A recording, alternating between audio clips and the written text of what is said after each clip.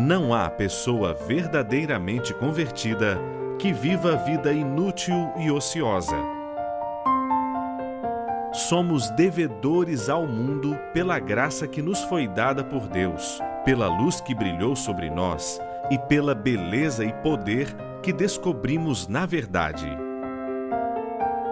Missão: um chamado à salvação e ao serviço.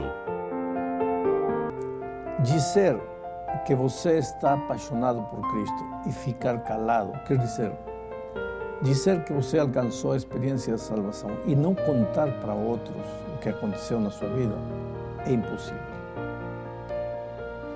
Como você pode dizer que Jesus é o grande descobrimento da sua vida, que você está apaixonado, você está enamorado por Jesus, que agora sim tudo vai ser diferente e vai ficar calado? É impossível. Porque quando um rapaz está enamorado por uma moça, por exemplo, e chega onde a moça e diz: olha, eu te amo, você é a coisa mais linda da minha vida, mas não fala para ninguém que a gente está namorando, como você vai acreditar nas palavras desse rapaz? Outro dia apareceu uma campanha publicitária nas ruas de São Paulo, interessante, outdoors por todos os lados. E esses outdoors diziam assim: nega, te amo, e assinava embaixo, negão. Nunca ninguém soube quem era a famosa nega e quem era o famoso negão. Mas aí está, seguramente que aquele rapaz está apaixonado pela menina. E não tem como dizer, não tem como ficar calado. Ele inventa a melhor maneira de dizer ao mundo: eu amo a minha princesa. Pois com Cristo é a mesma coisa. Você não pode ficar calado se você realmente está apaixonado por Cristo.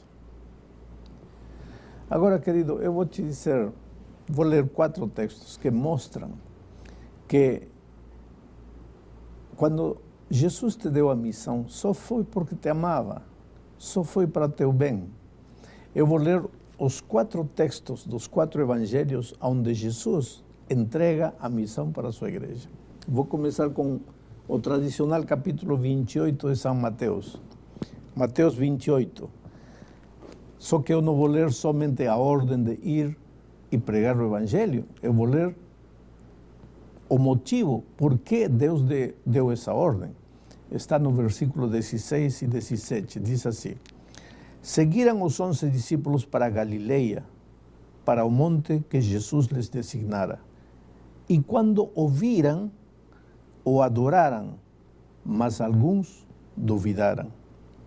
Então Jesus lhes dá a missão: ide por todo o mundo e pregar o evangelho. Agora, a pergunta é: por que Jesus lhes deu a missão? Porque eles estavam vivendo um problema. E qual era o problema? Duvidavam. O coração deles estava cheio de dúvida.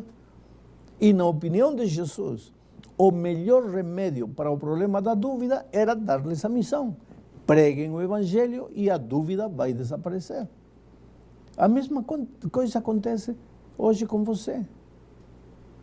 Me diz uma coisa: como você pode dar um estudo bíblico, ou fazer uma visita missionária para falar de Jesus, ou aproximar-se do amigo para contar o que Jesus fez na sua vida, se seu coração está cheio de dúvida?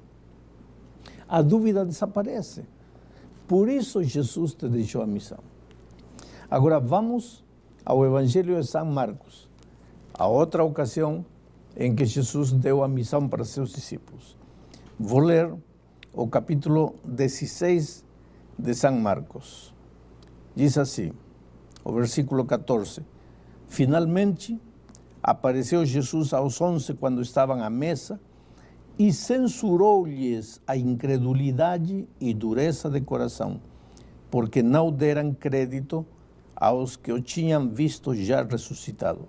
E disse-lhes: ide por todo o mundo e pregai o evangelho a toda criatura. Qual era o problema agora aqui em São Marcos? Simples. Eles, em São Marcos, tinham outro problema. Estavam com o coração cheio de medo e com incredulidade de coração. Agora, na opinião de Jesus, qual era o remédio para o medo desses corações, para a incredulidade desses corações? Na opinião de Jesus, o remédio era a missão. Em lugar de dizer, coitadinhos, coitadinhos, em lugar de passar a mão por cima da cabeça deles, o que faz Jesus? Diz, filhos, trabalhem, vão por todo o mundo, preguem o Evangelho, e aí a incredulidade do coração vai desaparecer, o medo vai desaparecer. Terceiro texto. Vamos agora a São João, capítulo 20, versículo 19, diz assim: ao cair da tarde daquele dia, o primeiro da semana, trancadas as portas da casa onde estavam os discípulos, com medo dos judeus, veio Jesus, colocou-se em meio deles e disse, paz seja convosco. E dizendo isto, lhes mostrou as mãos e o lado. Alegraram-se, portanto, os discípulos ao verem o Senhor. Disse-lhes, pois, Jesus outra vez, paz convosco. Assim como o Pai me enviou, eu também vos envio.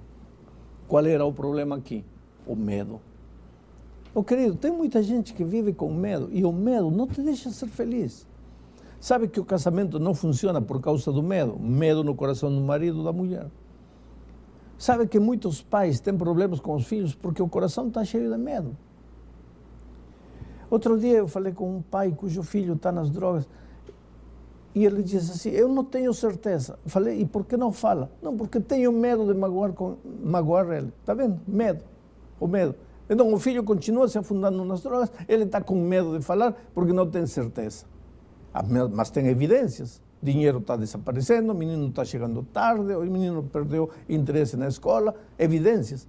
E por que não fala? Estou com medo. O medo. Porque tem gente endividada? Medo. Por que você grita com outro? Medo. Medo. E qual é a opinião? Na opinião de Jesus, qual é o remédio para o medo? Envolva-se com a missão, pregue o Evangelho, o medo vai desaparecer. E finalmente vou a São Lucas. Em São Lucas, a partir do versículo 36, diz assim, falavam ainda estas coisas quando Jesus apareceu no meio deles e lhes disse, paz seja convosco. Eles, porém, surpresos e atemorizados, acreditavam que estavam vendo um espírito. A seguir, Jesus lhes disse, são estas as palavras que eu vos falei, quando ainda convosco importava se cumprisse tudo o que de mim está escrito na lei de Moisés, nos profetas e nos salmos.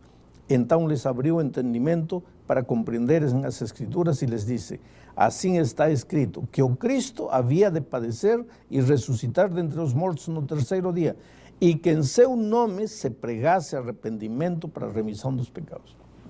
Bom, em São Lucas, por que Jesus lhes deu a missão? Porque o coração deles também estava cheio de medo.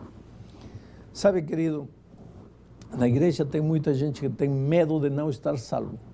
Eu constantemente recebo cartas de pessoas que dizem, pastor, eu guardo o sábado, eu canto no coral, eu faço tudo, eu estudo a Bíblia, eu oro, mas eu tenho medo de estar perdido, eu tenho medo de que meu nome não esteja escrito no livro da vida, eu tenho medo de que o juízo investigativo termine e eu esteja perdido. Oh, querido, qual é o remédio para o medo, na opinião de Jesus?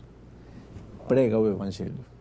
Busca uma pessoa, busca um vizinho, busca um amigo, busca um parente que ainda não conhece o Evangelho. Faze-te amigo dele, chega perto dele, atende suas necessidades, ora por ele. Quando você está perto do amigo, ele de repente vai abrir o coração e aí você vai poder falar da palavra de Deus, vai contar para ele o que Jesus fez na tua vida. E esse vai ser o grande remédio para o medo. Agora, te digo uma coisa, você achar que você está salvo e não pregar o Evangelho, você está completamente errado. Na Bíblia não existe o caso de uma pessoa que tenha se encontrado com Jesus e que a vida tenha ficado em silêncio. Lembra da samaritana? A primeira coisa que a samaritana fez quando Jesus chegou na vida dela foi sair correndo para a cidade e trazer todas as pessoas dizendo, olha, Jesus me contou a vida, este é o Messias. Lembra dos endemoniados gadarenos? O que aconteceu? Jesus disse para... Ele queria ficar ao lado de Jesus, um dos endemoniados disse: Senhor, eu quero ficar contigo, eu quero ir... Porque tem muita gente na igreja assim, quer ficar na igreja todo o tempo, cantando, orando, deleitando-se na pregação, ouvindo sermões e tudo. E aí vem Jesus e que diz? Vai, busca teus amigos, a teus vizinhos, a teus parentes, conta para eles quão grandes coisas Jesus tem feito por você. Não fica aqui sentado, ouvindo, cantando, servindo, clamando, fazendo vigília e oração. Isso está bom, mas agora vai e conta. E o Espírito de Profecia diz que é o serviço, é o trazer uma pessoa para Cristo que lhe dá substância à devoção. Porque de outra maneira a devoção é uma devoção abstrata. Oh querido, comprometa-se com esse serviço. Escolha um amigo, pense a quem você vai levar para Cristo este ano. E que Deus te abençoe. Amém. Não há pessoa verdadeiramente convertida que viva a vida inútil e ociosa. Somos devedores ao mundo pela graça que nos foi dada por Deus, pela luz que brilhou sobre nós e pela beleza e poder que descobrimos na verdade. Próximo tema: Dons espirituais.